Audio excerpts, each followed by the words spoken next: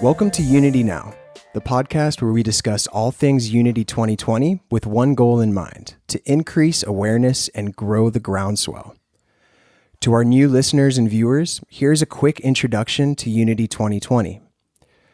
Unity 2020 is a plan to take back American politics in the name of the people. Unity was first announced by Brett Weinstein on the Joe Rogan Experience in mid-June.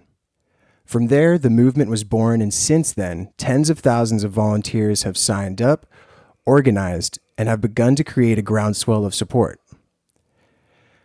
From an original primary-style vote that selected 6 nominees, the Unity 2020 movement has drafted Tulsi Gabbard and Dan Crenshaw to be our candidates. For more information after this episode, please check out articlesofunity.org. And my name is Eric White, and I'm very honored today to be joining our rotation of patriotic hosts that includes Toby Davis and Zach Rhoads. And today I have the pleasure of speaking with Cody Hlil. Cody is a Unity 2020 volunteer and supporter who recently left his job at Facebook due to ethical concerns. So thanks for joining me, Cody. Hey, Eric. Thanks for having me on. I'm really excited to talk to you. Yeah, me too, man. I've been looking forward to this. In our conversation today, we're going to be discussing the problems that social media like Facebook has presented to our democracy and how a movement like Unity can help bring our country back together.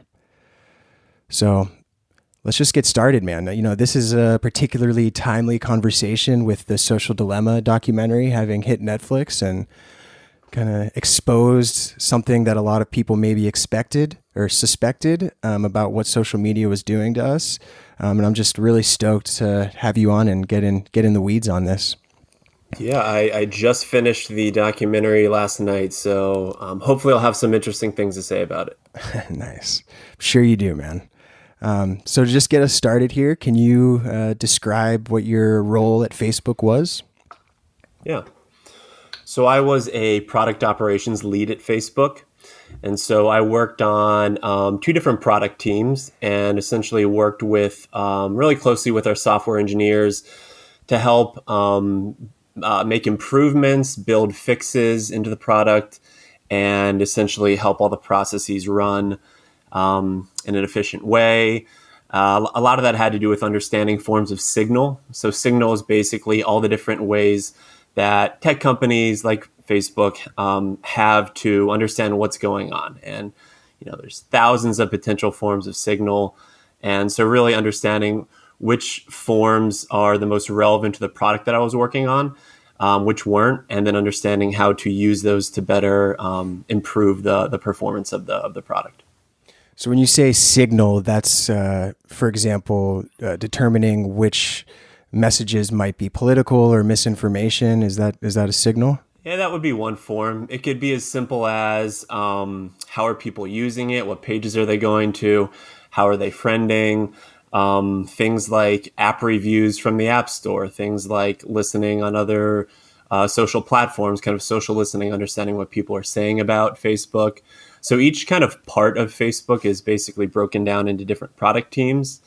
And they all kind of value different forms of signal because they all kind of have different goals or metrics that they track to. And so we had our own kind of metrics we went after.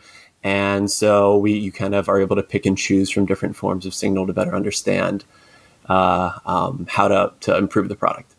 Right. So essentially it's determining how users are using the platform, to put it simply. Yeah.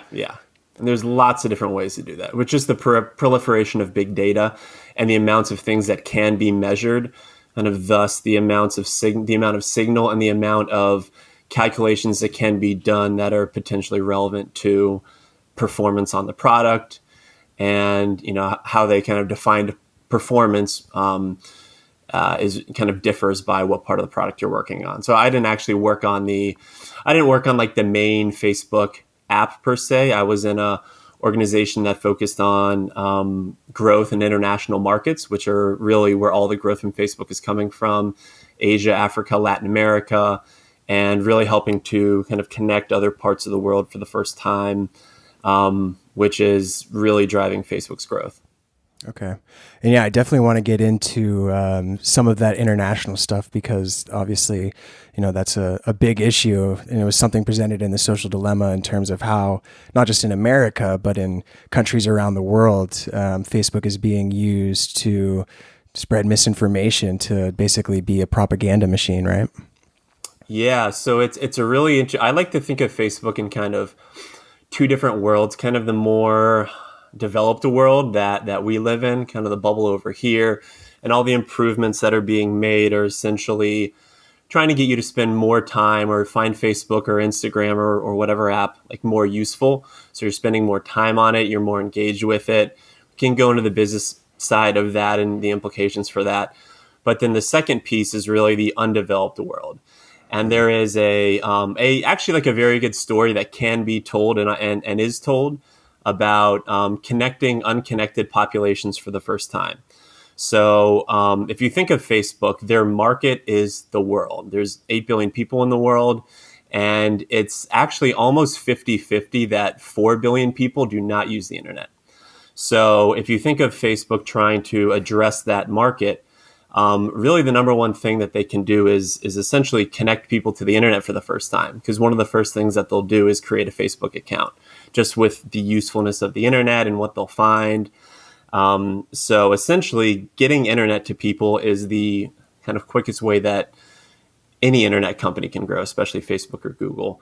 So there's lots of different kind of ways to do that. And a lot of it has to do with working with telecom companies, and building out programs that make it either more affordable or easier to get online for the first time. But if you think about it from a social perspective, we are all very used to the internet, its uses, what it does. Kind of, we have a general sense of things that are more true or less true, even though we can get into that because most things, there's a big element of fake news to it. But Put yourself in the shoes of someone who has never used the internet before, who has never touched a screen before, who the only world that they know is the kind of city, let's say rural Bangladesh, and you live in a small town, and there are livestock and animals that you grew up with, and most of the people around you. So spreading internet to them, you can kind of see it two different ways. Like, it's a great thing. Like, everyone should be able to get online and understand like, what are their local government laws, kind of basic information that people don't even know. Like, they should be able to talk to family members maybe on the other side of the country that they've never spoken to. So that's a really great thing. So I think the incremental benefits of basically increasing internet penetration to emerging markets are much greater than the incremental benefits of building cool new sticky tools in the developed world that we live in. But then the other piece for the underdeveloped world is, so what are the negative consequences of suddenly giving someone access to all this information who has had zero ramp up period and doesn't really understand the implications of what is true, what isn't true. There's always going to be bad actors in every society, and kind of lower information areas are unfortunately easier to manipulate and easier to take advantage of platforms like Facebook. So internally, amongst your team or your coworkers, what sort of level of recognition about these issues was there in daily discussions? Was this top of mind about how vulnerable these emerging markets are to misinformation? Is this something that is discussed regularly? Yeah, so it is discussed. I am going to do my best not to say anything that would get me in trouble, which will be fine. But don't want to make any trouble for you. There's a general thought, but at the end of the day, people are doing their job, and every team is tied to metrics, and that people are very laser focused at Facebook on their metrics. And if you're on a growth team and the metric that you are incentivized to get to is adding new users, and honestly, the easiest way to get new users is in emerging markets, just with the percentage of people that don't have it, then in a way it kind of becomes more about trying to avoid negative news stories than really trying to mitigate actual social cost in those areas. Like, for example, they mentioned Myanmar in the Netflix documentary, and Myanmar was a country that that it's a big country. It has a lot of potential for growth, and so a lot of it is about trying to like mitigate negative news stories, but also find a way to most effectively get new people connected there and grow new accounts there. So people do know it, but they're not actively using that to, I don't know, I'm sure some people are, but it's not something that happens in every single conversation. Now, to be fair, there are teams that are being built out that we do have that work to try and curb a lot of social issues in emerging markets. Like, for example, a great thing that they do in India, they have something called locked profile, where it kind of curbs on harassment, where women, for having their profile picture that can be clicked on, there was larger incidences of them being harassed. So they built a tool out to kind of not allow people to kind of click into those photos and harass women that they don't know, which is great. So there is a balance of trying to solve some problems. And in one sense, it's almost impossible to solve for every problem ahead of time because you don't always know what's going to happen. So it's a very tough problem that they have to deal with. But I think in general, most of the negative social externalities that happen through these big problems are not as high priority as other metrics. Yeah, that was there recently a memo came out by a former Facebook employee. I'm not sure if you saw that. I think her name was Sophie Zhang, and she was a data scientist. And she, in her memo, mentioned that a lot of the focus on the issues facing Facebook were put onto public relations issues as opposed to issues that were social crises or electoral crises. Is that your experience as well? Yeah, I haven't thought much about it, but that kind of seems what it would be. It would be, mitigating public relations issues is, in one sense, it's like almost the only thing that they can do. But no, I mean, there are definitely ways to build better, kind of proactively trying to mitigate negative social externalities. But I could see them being categorized as, public relations issues. That's definitely more important. Yeah, I mean, as a publicly traded company, your first concern is obviously going to be, your shareholders, right, and the bottom line. So that for sure. Yeah. How long did you work at Facebook? So I was there for 2 years and a little over 2 years. So 2 years, and I just quit like a week and a half ago. So about 2 years and 2 months. So that puts you there after the 2016 election, when kind of the focus was turned up. After the 2016 election, yeah. And it's interesting, I was there for longer than over 50% of the employees. So if you just think about the churn of employees and the growth of new employees, me being there for 2 years, I was already more tenured than about half the employees there. They have a little tracker that kind of says that, just an interesting stat. What accounts for that? Do you have any idea? Well, it's two factors. One is just the overall growth of employees. I think there's around 50,000 now or so. I think when I started, it was maybe in the mid 30s. And then, of course, like employee churn and people starting after you. Okay. So, and just the rapid growth. Like if you look at the margins that Facebook has and the amount that they're hiring because of the market opportunity, and especially like through COVID, they're one of the companies that grew the most. And lots of hiring. So coming in after the 2016 election, I'm sure that was something you considered before you took the job, or something that was on your mind, even peripherally. How did that influence your thinking about your role in the company?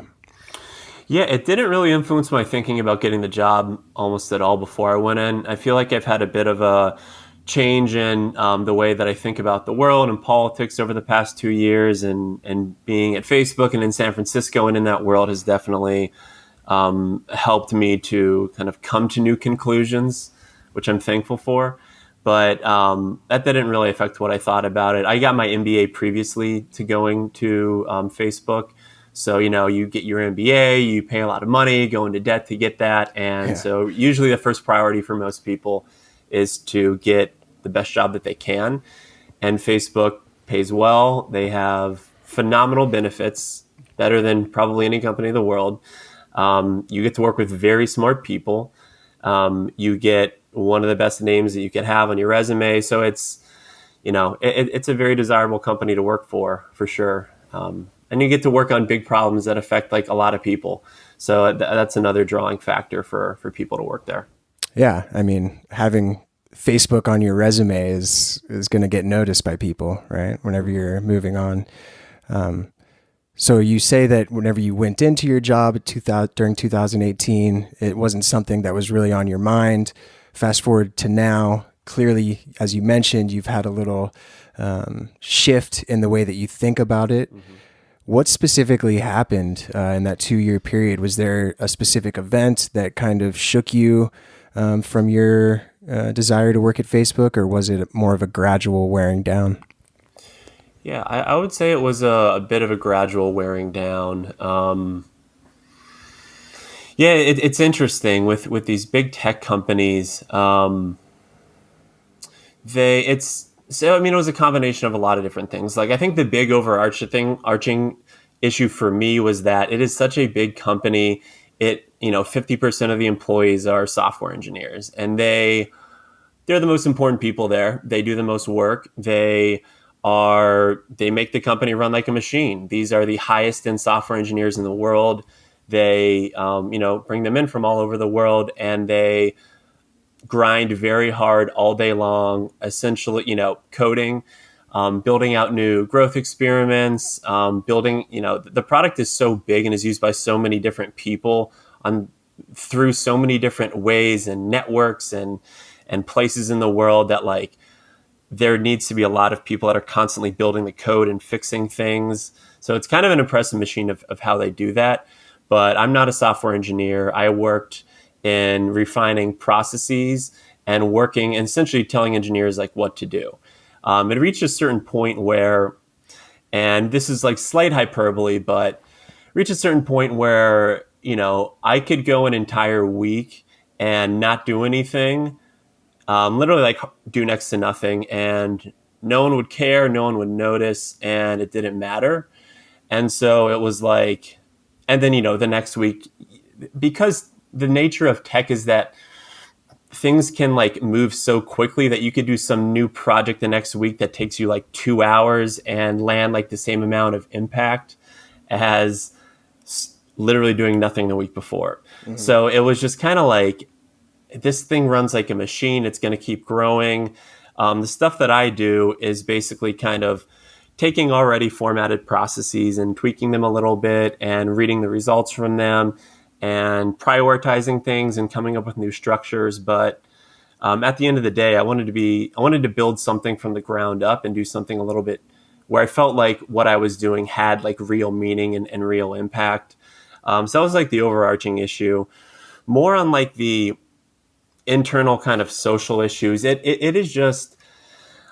is a weird world inside of Facebook. Like I often felt like I was walking amongst a sea of robots, for lack of a better term. And like all the people that Facebook hires, it's really fascinating. Facebook hires incredibly smart people. Like I sat between 2 Harvard grads who way smarter than me, daily made me feel like gave me imposter syndrome without them knowing it. Yeah. But everyone that they hire is like very empathetic, is very like I've worked at Amazon as well. Amazon takes all the actual sociopaths, but Facebook takes the super empathetic, smart, like problem solvers and, has them working on, these problems that are helping the world, quote unquote. So like everyone there is, again, like very nice, very social, very empathetic, but a lot of it just didn't seem like very real. And everyone is just tied to these metrics that they have to like push forward for their team. And like the metrics individually aren't the thing that is like hurting people necessarily, But a lot of it is like the combination of all these different metrics, which help grow the two kind of key areas that Facebook cares about, which is growth and revenue. So adding new users and basically getting more ads and making those ads more effective. I can go into that a bit more if you'd like. But at the end of the day, I guess I left because I felt like I was not pushing myself. I was not using my talent to build something and feel like I was having a real impact on it. And then kind of later in my second year, just understanding that this ads business model is incentivizing content to polarize people and turn people against each other, that type of content is very valuable. You start to realize that like it sounds conspiratorial, but like people are being manipulated, and and it's like, what am I doing here? Why do we have all these Ivy League, smart, empathetic, great problem solvers who genuinely do have care about trying to make the world a better place? Why are they all essentially working to make teenage girls more anxious and keep them on their cell phones for longer? And they don't think about it that way. That's not like what they're thinking about, but that's essentially what's happening. And so my whole thing is like, we need to get people out of this bubble, get them out of San Francisco, and have them working on like things that are actually hurting people if they want to solve society's problems. So I moved back to North Carolina, where I went to grad school, where my family lives. And I'm now working for a small startup company that's working on government transparency. It's called Upstate North Carolina. Nice switch. Yeah. So I could have plugged it at the beginning. That would have been more egregious. But yeah, it's like we need to be taking all these smart people and having them work on things that would help people. And unbeknownst to them, they're working on things that are unfortunately leading to negative societal outcomes.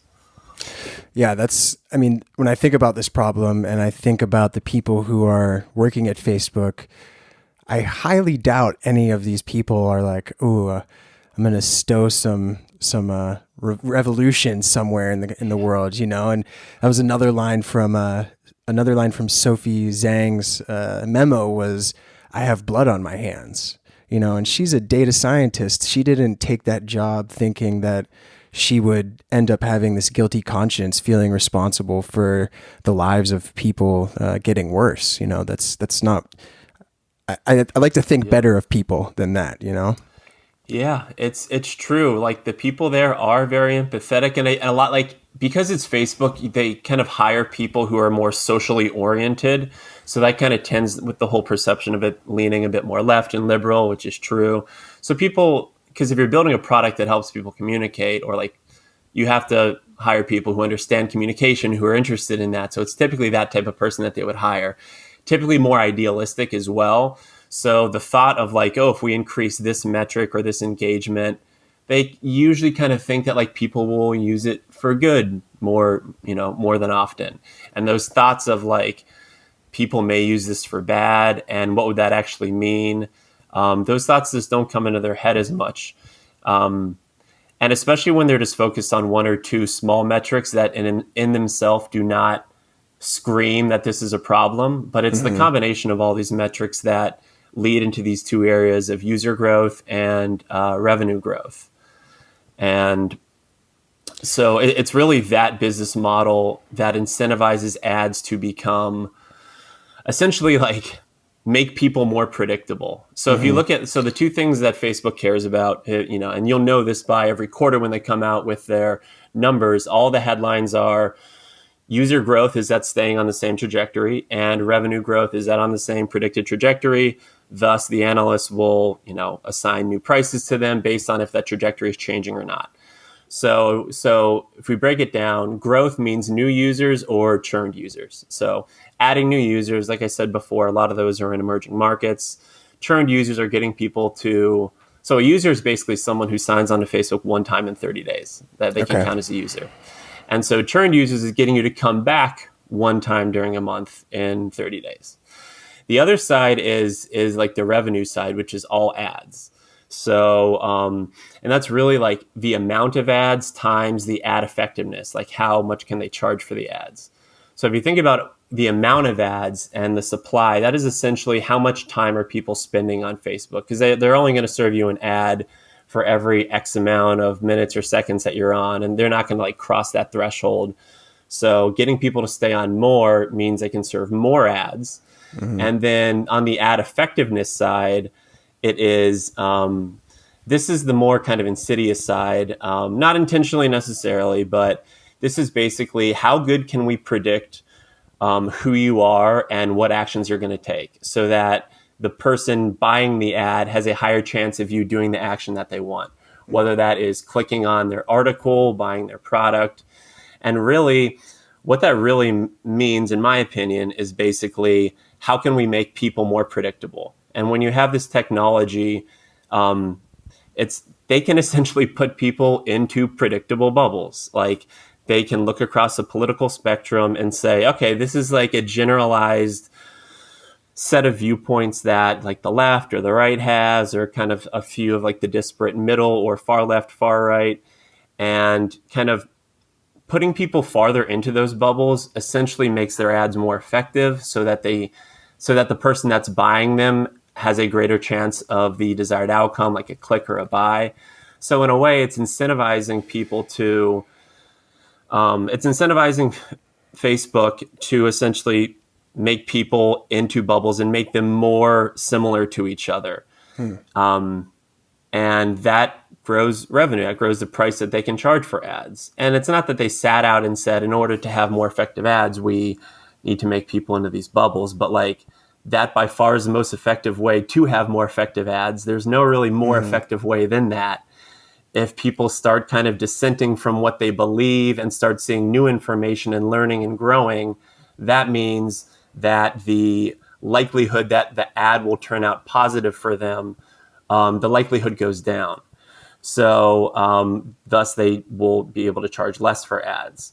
So it unfortunately is leading to this world that incentivizes both the producers of the content of the ads and Facebook to homogenize groups of people across various spectrums, be it political, be it racial, be it cultural, other things. But as long as there's these like predictable bubbles that you can throw an ad target at and have more certainty that the ad's going to be successful, then that's how the company grows. And I just kind of like found that out over time. I was feeling that. And I think the Social Dilemma did a good job of kind of playing that out, because they really do have these. I mean, they give the example of the people in the kind of the war room pulling levers on, let's send them this, let's send them that. And it seems conspiratorial and it seems silly. And that's not there's not people doing that. But all the algorithms that have been built are essentially doing that. Like it's not insane. They know you far better than you know yourself. We are far more predictable than we've ever been, even though we've convinced ourselves that we are far more like unique and independent thinking than we probably have been ever. It's literally the opposite of that. And I just think it's kind of sick that we're turning our society against each other for because of this ads business model, really. Mm-hmm. Maybe you can help me paint or fill in some blanks here in my understanding of this. Because I was on Facebook for a while. I deactivated mine at the start of the year, I think. I don't think I've ever actually clicked on an ad. And it's hard for me to imagine how making people more extreme left or right is going to sell more sneakers. And what kind of ads are being serviced by this polarization? So I think the main so ads. So there's a lot of different like. I am not an ads expert, by the way. I don't work on ads, but so when it comes to the media, so the mainstream media is basically dying because people don't watch TV anymore. A lot of people are leaving to watch independent content, which is far more truthful, even though it has its own problems on things like YouTube. So these big legacy media companies are basically desperate for traffic and eyeballs and attention. And so the thing that causes eyeballs and attention is raising people's emotions. That's what causes people to click. And so it incentivizes basically raising people's emotions for them to earn money and stay relevant as a media company. So that basically means they have to make every story as radical and as crazy as it potentially could be. And when you It say dials down they, sorry to cut you off, but when you say they, you yeah, mean the media companies. media companies, yeah, because Yeah. that assures them more of a click. And what if they start ratcheting it down, then they'll lose out to the company that has the more polarizing story. So it's all just a market of this attention. And unfortunately, we're being programmed to, through all this, we're kind of being programmed to only click on like crazy stuff because that gets us that dopamine hit that makes us kind of feel very justified in like our beliefs.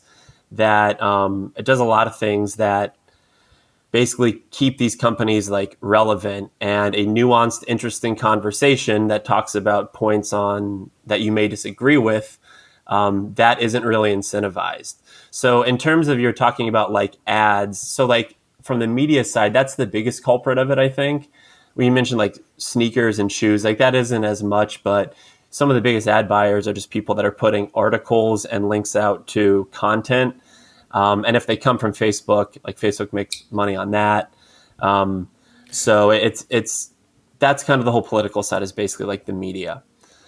So that's why we see, and it's also funny because it's like one of the ways for media companies to lose engagement is for a big story to come out about how they've like flip-flopped or people have gone back on their word or they were wrong or something. And so they start putting out all this crazy stuff on both sides.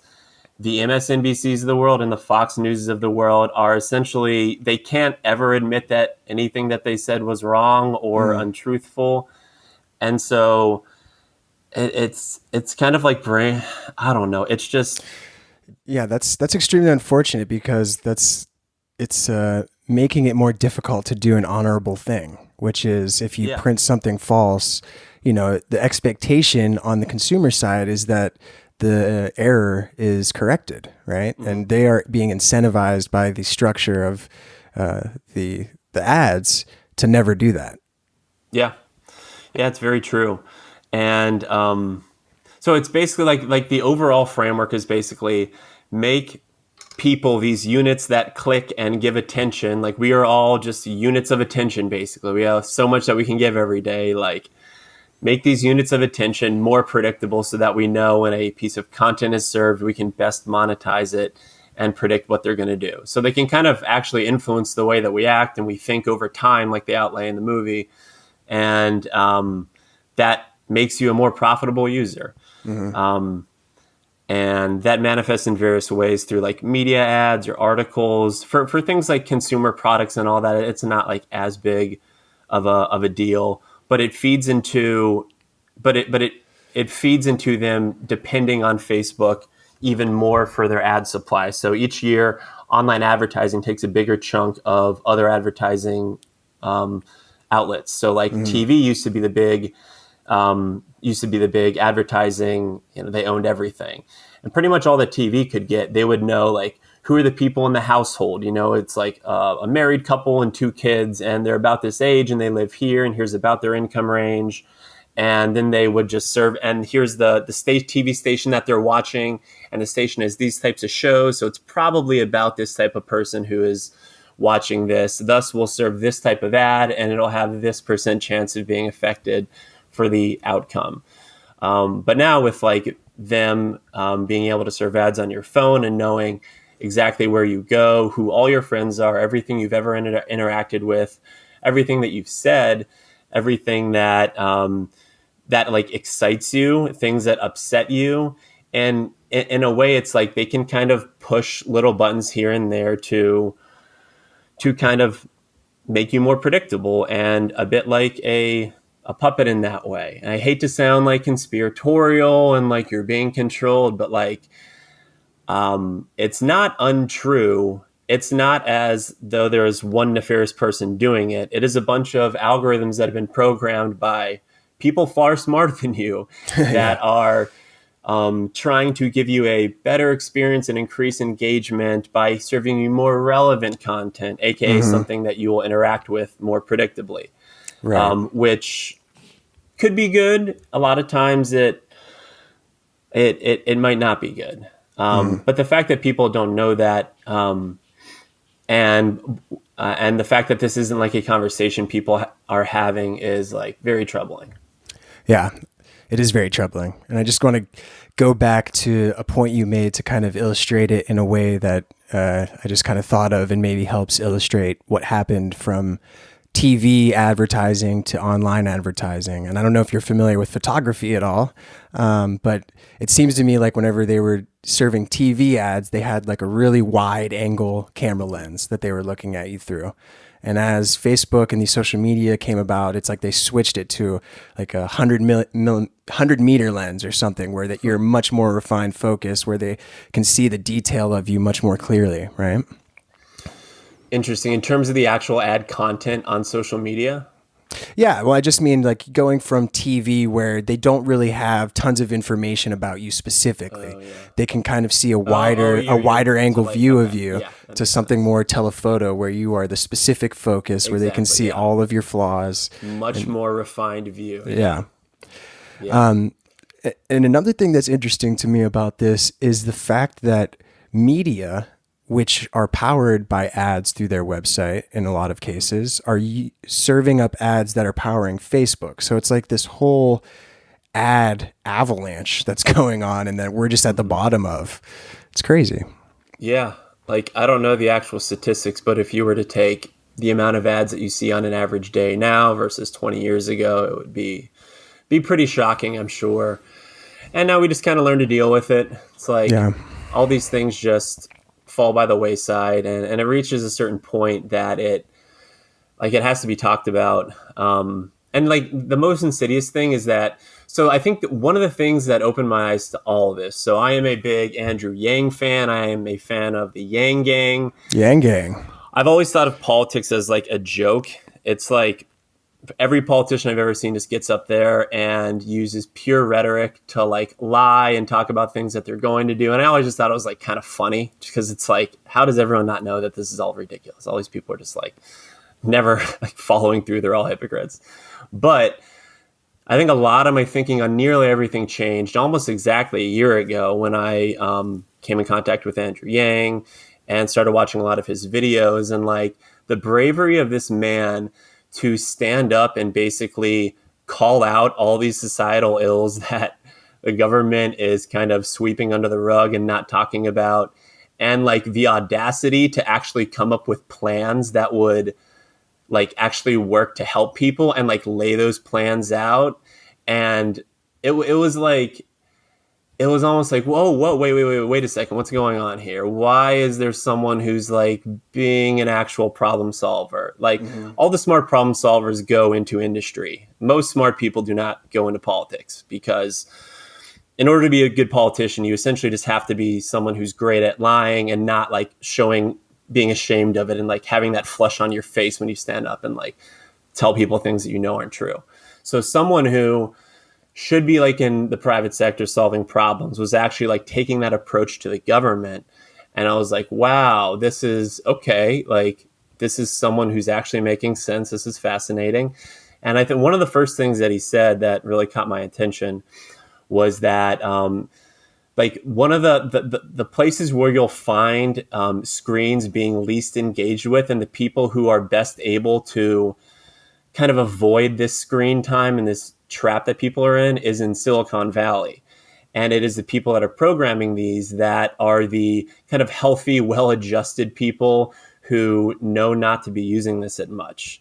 And that really resonated with me, because I saw that every Friday you're sitting at your desk at Facebook and all these well-paid, smart, healthy people all are getting up and like, oh, so which hike are you going to go on this weekend? You know, what mountain are we going to? I'm taking the kids. We're going to rent a canoe and go do this. We're going to Tahoe.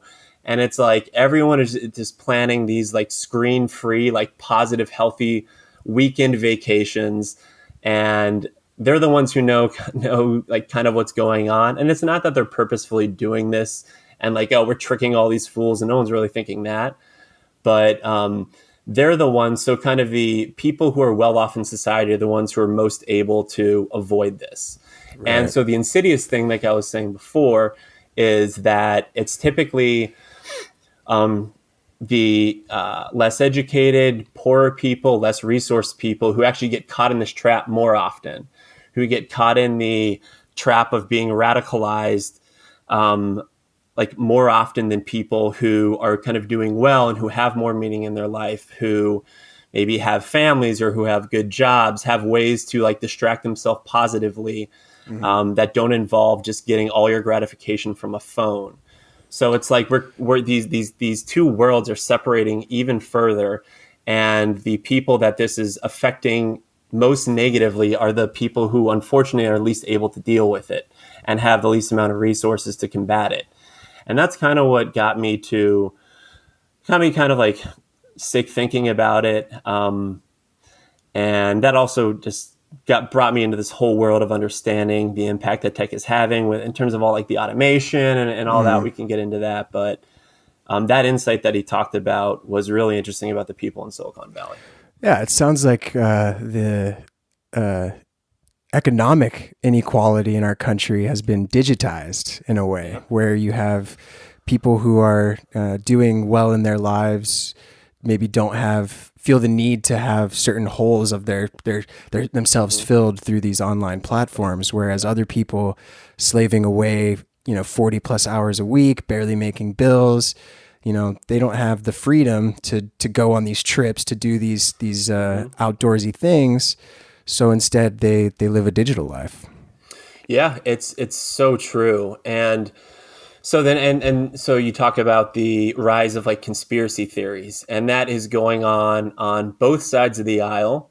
I would say traditionally it's more of a stereotype for more of like the right side of the aisle.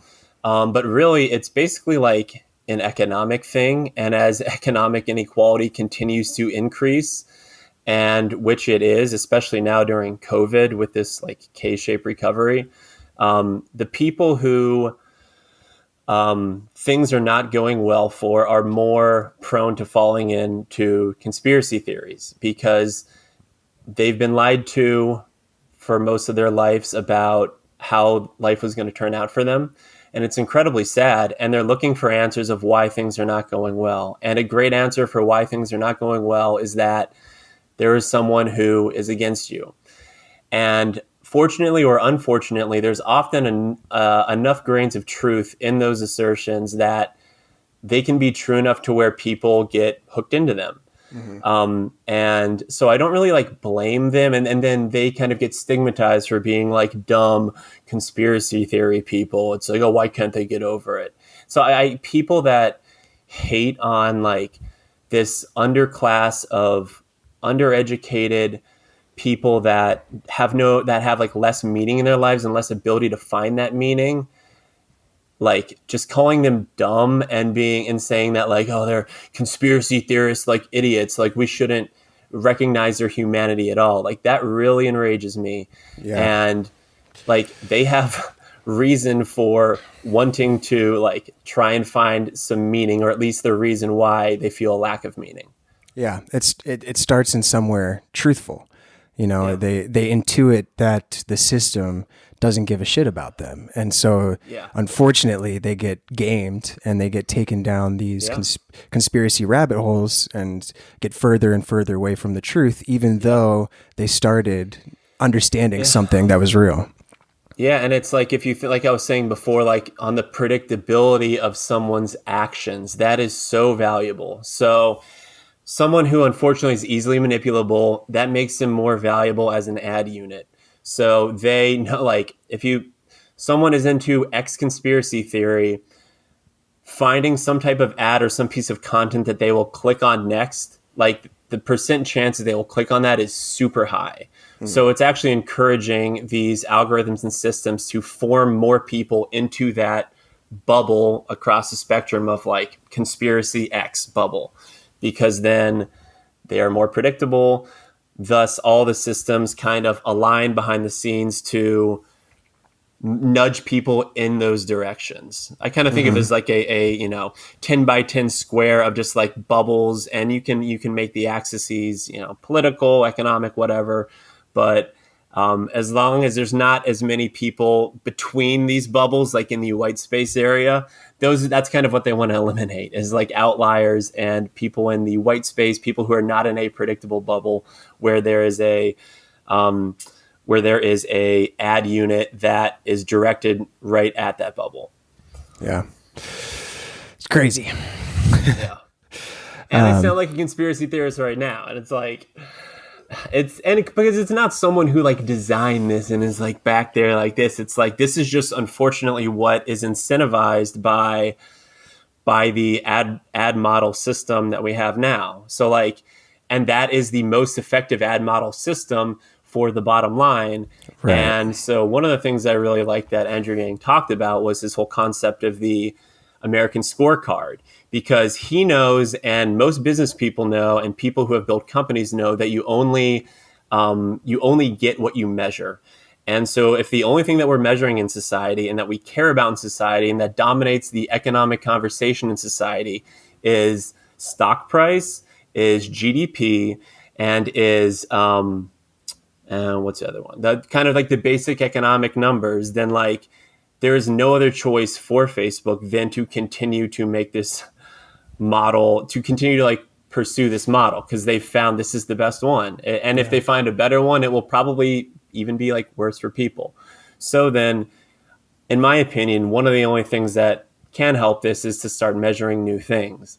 Like, you're probably aware that the suicide rate, the incidence of childhood anxiety, depression, all these things are skyrocketing. And the fact that these are not like measured or things that we are like talking about in the same breath as other economic things means that companies will not start taking them seriously to try and mitigate. So we don't have any smart problem solvers working on trying to make these better. So like, we need to start measuring things besides purely economic outcomes, because it's just going to keep leading us off a cliff. It can only, the top of the pyramid of the hierarchy can only get steeper if that's the only thing that we're making, which means the bottom of the pyramid will only get wider, which is what unfortunately leads to more social unrest. And so I think that's a huge underlying cause of what we're seeing now in society. Yeah, makes you wonder. I mean, do you think that there's a way to monetize growing the concern for these sort of non-economic factors? Like, can we monetize a concern to lower the suicide rate of kids? Yeah. I was having a conversation with a friend last night that I met for dinner who was in my MBA class, and he's working at a healthcare company. I wasn't even planning on talking about this, but they're really going towards like outcomes-based results. So if people, show that they've lost weight or show that they have adhered to a protocol that is healthy for them, then like that increases the amount of money that is generated. So like, I'm not saying that's going to cure everything, but like the fact that we aren't having that, so like you can't start to solve a problem unless you start talking about it. So like, who knows, can we like gamify and add some type of like revenue model to incentivize people to lower suicide rates or depression or anxiety rates? Maybe it's not completely possible, but I sure as heck know it's not possible at all if no one is talking about it as as one of the most major problems that we have.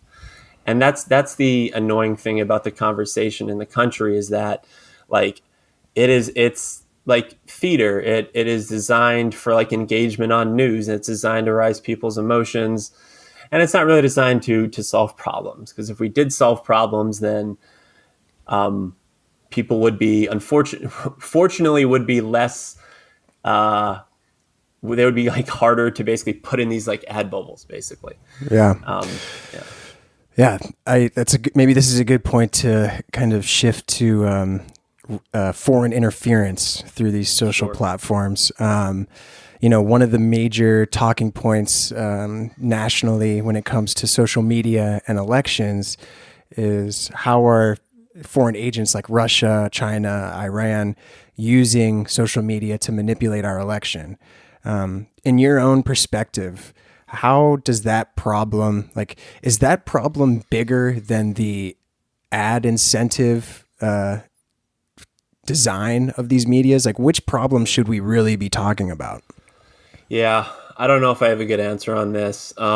Which one is bigger? Like, the thing is, like, every country is looking out for their own interests, and every country has ways of using technology to manipulate elections, and we do it to other countries too. Yeah, we're not innocent.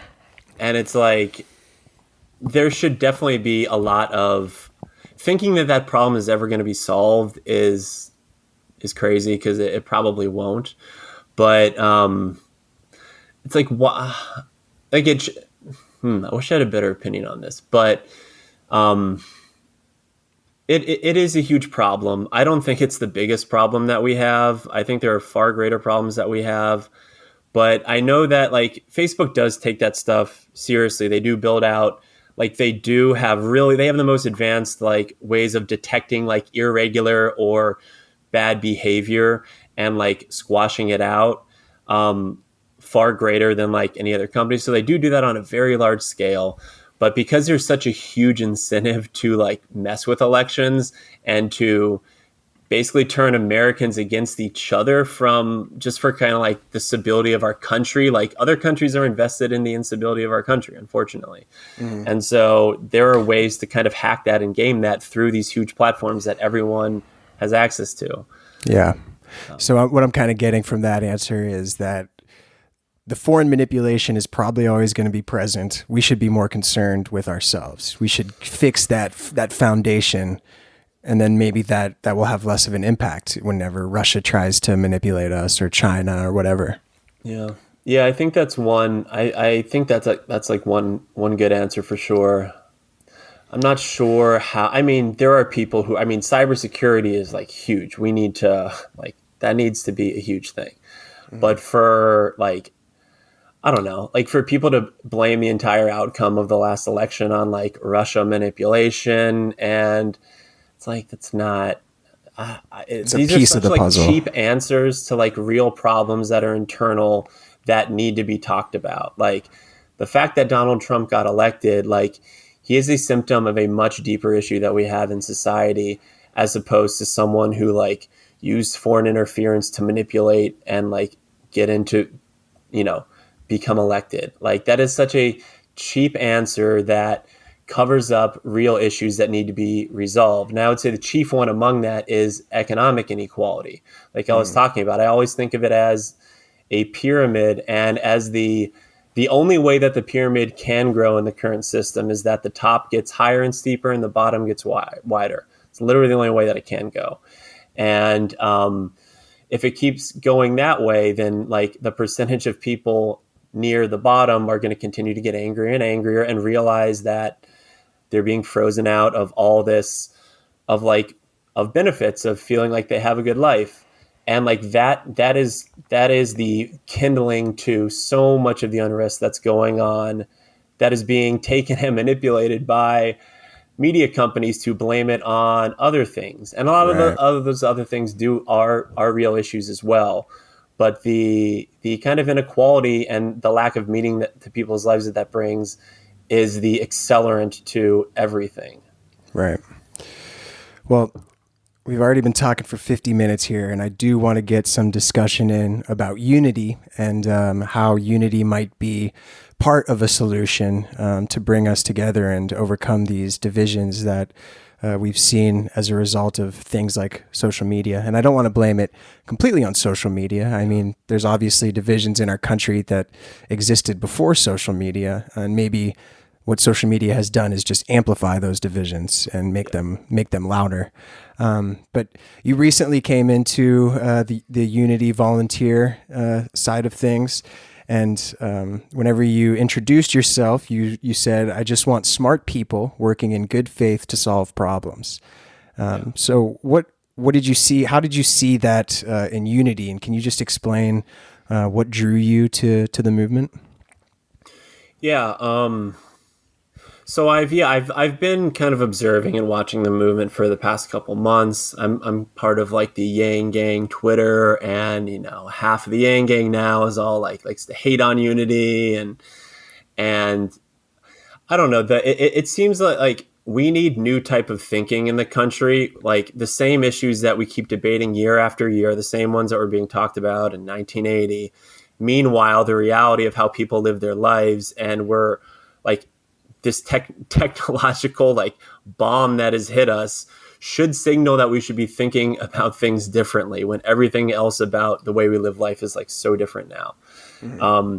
So just the fact that like I understand the unfeasibility of it, I understand that it, I understand like all the objections to it, and like I agree with a lot of it of that, but like why are we like we have what 45 days to the election or something like.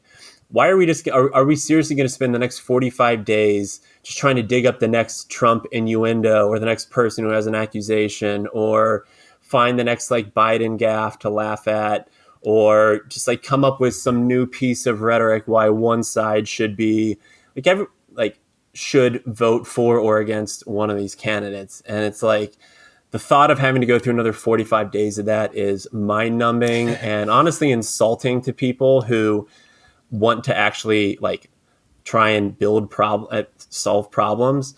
So I just like the fact that this is something where people across the spectrum are talking and having interesting conversations, even if the idea may not 100% work out. Like, even if like they you know they made the nominations of Tulsi and Dan Crenshaw, and like even if like nominations never came out. It's like these are the types of shouldn't we be trying to like make people united, like see each other as humans now? Like neither side even cares about that. Mm-hmm. It's like there is no one that even cares about like trying to make friends or understand another point of view.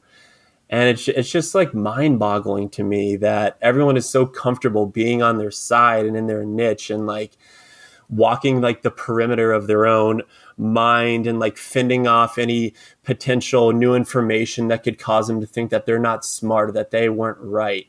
Like we're all stuck in this, like the cult of like, I am right. Mm-hmm. And everyone would be like so ashamed to ever go back on anything that they said or ever admit that the ideology or the thoughts that they've had for the last 10 years, like might not be right. Cause maybe it signaled that they like wasted their time or something. And I don't know, the fact that we're not trying to have good faith conversations with people across the aisle is infuriating to me. And so, you know, I've listened to a lot of the IDW people, and like I understand the criticisms of all that, and I like most of like the things that they talk about, mostly because it is interesting and it's different. Like mm-hmm. I don't understand how someone could turn on CNN or Fox News and be like, yep, this is like what, yeah, this is the truth. Like, this is my interesting political talking points that's making me sharper as a human. And like, this at least is an interesting like thought experiment at the very least that people should be engaging in now. So that's kind of what drew it to me. And there's a lot of smart people involved. So yeah. And just to stress, you know, it is certainly a long shot in 2020, but you know, we're not going anywhere. You know, we'll be here in 2024, in the years interceding. So, you know, and to the whole like duopoly, it's like so no one knows what the actual answer is to like fix a lot of these problems, but it would be my bet that probably one of the better answers is to not just have two parties that are creating this national theater that's giving everyone anxiety and mental problems. Yeah. Making us hate each other. Yeah. And so an obvious potential resolution to that is have like an actual third party. Like many other countries have like other parties that are on a national stage that get a decent part of the vote. And whether it's a like centrist party or some form of populism, I don't know exactly what that is, but like it sure as heck is not going to happen if new ideas that come up are shouted down by people because they don't want you to ruin their little their thoughts on like who's going to win the election because of it. Like I'm so insulted by the people that dismiss conversations like this as like negative and harmful. It's like, what else are you going to do for 45 days? Like, yeah. like, yeah, I don't know. Yeah, no, I'm with you 100%. One question that I wanted to ask you, just with your insider knowledge with Facebook, is, you know, a lot of the steps that Facebook, Mark Zuckerberg recently made a post on Facebook about how Facebook will be treating the election as we get closer. And some of the things on there were good ideas. Some of them could easily be weaponized to stifle new ideas. One of them was they're going to limit the amount of forwarding you can do of messages, political messages in Messenger and WhatsApp. And I'm just wondering what your thoughts are on how a movement like Unity, which presents a threat to the duopoly, can exist whenever there is, so much potential for the message to just be stifled by these tech companies. And, Twitter is a great example with our account having been suspended. I believe it's still suspended. How can Unity thrive and spread awareness whenever it seems like the cards are stacked against us in such a way? Yeah, that's a great question. I don't really know the specifics of Zuckerberg's post. I didn't read it, but it does seem that, I mean, with the Twitter situation, I've seen all the information on that. And I don't know what the exact answer is to trying to mitigate that and get the word out there more. It all comes down to like people. It's like I really like the fact that Brett uses the word like patriot and someone who like cares about like liberty, and like those are very kind of like hokey and like overused at times, but like it is actually like now, unfortunately, it's actually like brave to kind of like challenge, especially people who maybe you're friends about like, so why are you like what do you like game out what's going to happen if Trump or if Biden is elected. Like it's actually like a pretty like brave stance. And like, I think a lot of it just comes down to individual conversations with people. Like the quality of conversation that you could possibly have on social media is so poor that even if the message does get out more, it's like, I don't know how effective it could be versus the quality of the message that you could have by talking about it with people in person or like a closer friend group. So I think that's really like the best way. And obviously like continue to try and promote it on social media. To me, we just need to start maybe pointing out that people are not like living up to their ideals of wanting to care about other people. Like we live in such different worlds that like the same, like it shows in the movie, people are not presented the same information. So like things that people take for granted as what they think are true, like that is literally not presented at all to other people. And so people don't understand these worlds that other people are living in, and people don't want to understand them. Like one rule that I would love to implement for myself is like, and hopefully for other people, is if you ever have a conversation with someone about politics or who believes differently than you, the conversation should start with, okay, you are a Trump fan. Tell me 3 legitimate reasons why someone would want to vote for Joe Biden. And like, if they can't do that, then they're not even worth talking to, in my opinion. It's like, it's not going to be a productive conversation. If someone's a Biden fan, tell me 3 reasons, legitimate reasons why people voted for Trump or people would want to vote for Trump, even if you don't like Trump. Can you take yourself out of your own brain and be empathetic enough to put yourself in someone's shoes that have a totally different life experience than you, have a totally different lens that they see the world through than you? And that's one of the things that really kind of angers me about, and I don't want to get like too political here. I'm pretty, I obviously am, but I like kind of like more moderate, but I think the people that like to kind of push empathy and say that and revel in how empathetic they are and caring about people are often like by far the least empathetic people when it comes to understanding why people would want to vote for, and I'm kind of calling out like Democrats, people on the left here, like why people would want to vote for like Donald Trump. And like, there are plenty of reasons to not want to vote for him. Like, I'm not going to vote for him. I do not like him. But I could list off 5 legitimate reasons that I think are not terrible reasons why people would. And like, that's kind of the ultimate form of empathy, is it not? Is it not the ultimate form of empathy to try and understand someone who, if like the only angle that you pivot your empathy on is like, whether it be like racial or cultural or class, like you should be able to pivot on like other angles and understand why people who have different like personalities or kind of are more naturally inclined to think of things in a more conservative or a more liberal way.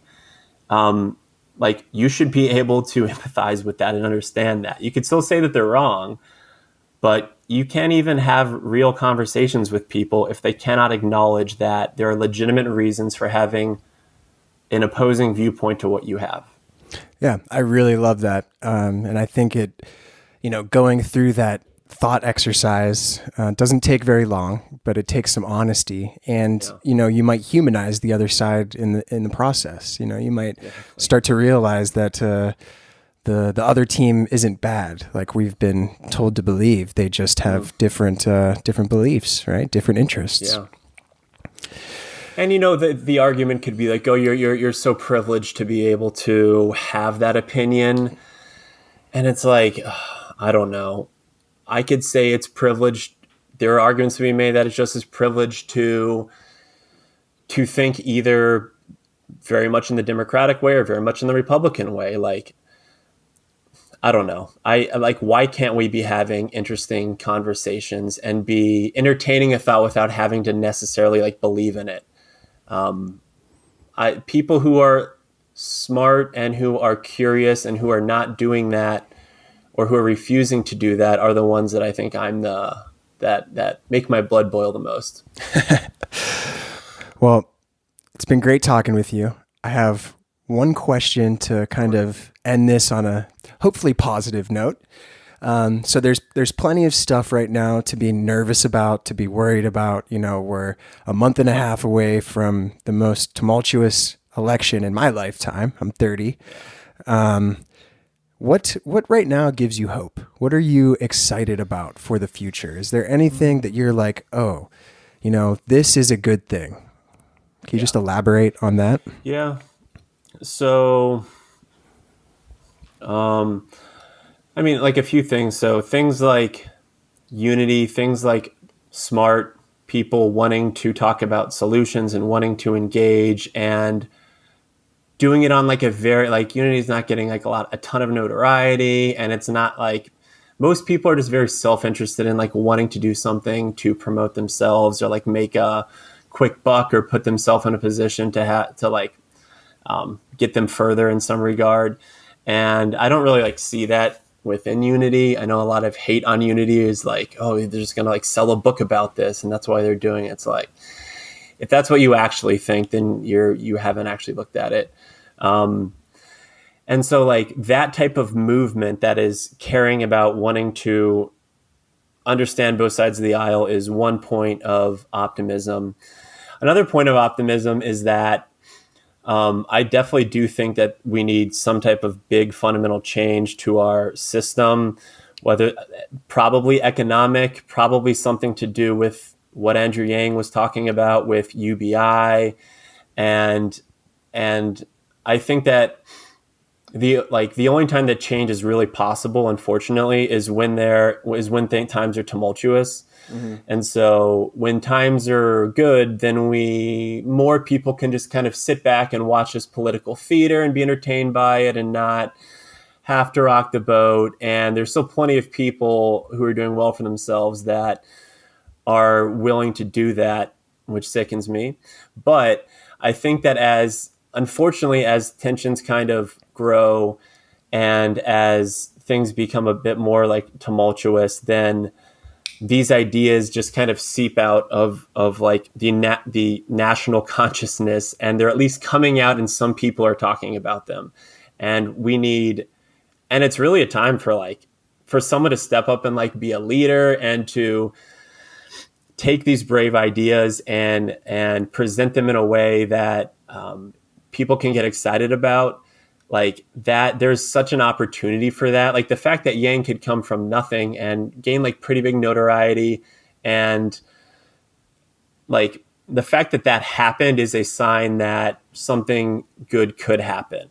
Now there's a million complications because of how stagnant and opaque our current government system is, but at least people are talking about that more than at least I've ever heard. And so eventually we will come to something good, and you can only focus on the positives in it now, no matter how frustrating the negatives are on a daily basis. I love that. Well said. That's going to end up being a clip for YouTube right there.